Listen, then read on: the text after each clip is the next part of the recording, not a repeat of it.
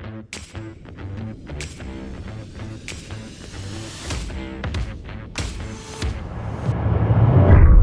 to Sportsman Tech Talk. My name is Jim Isaac, and today we're going to be going over how to read and adjust your sonar. So a lot of people ask us, what am I looking at here on the screen? This is on the simulator mode, so you can kind of tell, I would read this as a hump, possibly some live bottom here, hard structure with, you have some light stuff around it, probably the softer edges of it. Typically, if you read a bigger glob like this, you're reading bait fish or some type of a suspended structure, and then you'll have your bigger marks kind of around it. Suspend them in the water column will usually be your larger single fish. Really good offshore, you can read bait balls, and typically you can see the larger fish kind of sitting around the bait balls. So if you want to clean the unit up a little bit and you want to adjust the unit, you can go into your settings here and you can kind of mess with the gain and you can clean it up a little bit. So you can take away some of the interference here on the bottom, or you can add it. Sometimes this gets a little bit too messy here, so you'll just go down and you can take some of that away. You can still get a lot of your bigger marks. You can kind of clean up that bottom mark in there. You're not picking up as much as the live bottom structure, but you're still picking up the bait fish schools, the bigger fish kind of hanging around them. If you're moving along a little faster, you can go back and you can go to your sonar setup and you can adjust your scroll speed. If you're stopped sitting on some bottom fishing, if you're drift fishing, a lot of times what you're going to do is just bump it down to slow. If you have your scroll speed set on fast, you're just going to get a lot of long marks. If you have it set on slow, you're going to get more of those arches, especially with the chirp transducer.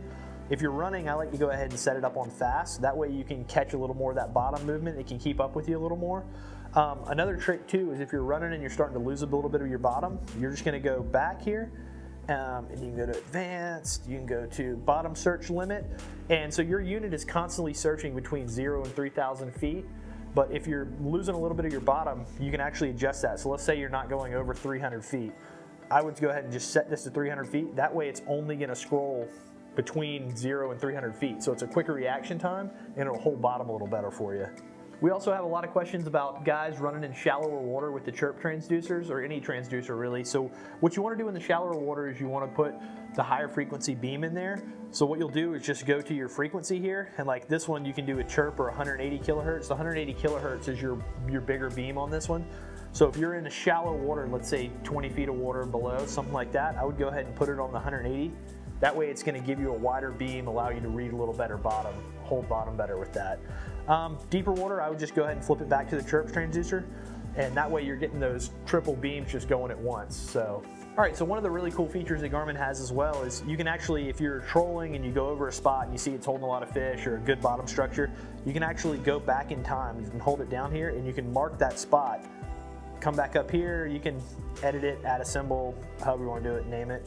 So this is 003, hit done, go back, and then what we can actually do is we can go down here to our waypoints, and it'll actually have that point right here, and we can either rename it however we want it, or we can navigate to it, and you can just retrace back over it. You can hit go to or out to, however you want to do it, to go back around, and you can either troll back over that spot, stop, bottom drop on it. It just makes it really nice because you can kind of find spots on the fly. So these are just a few of the things you can do with your Garmin sonar.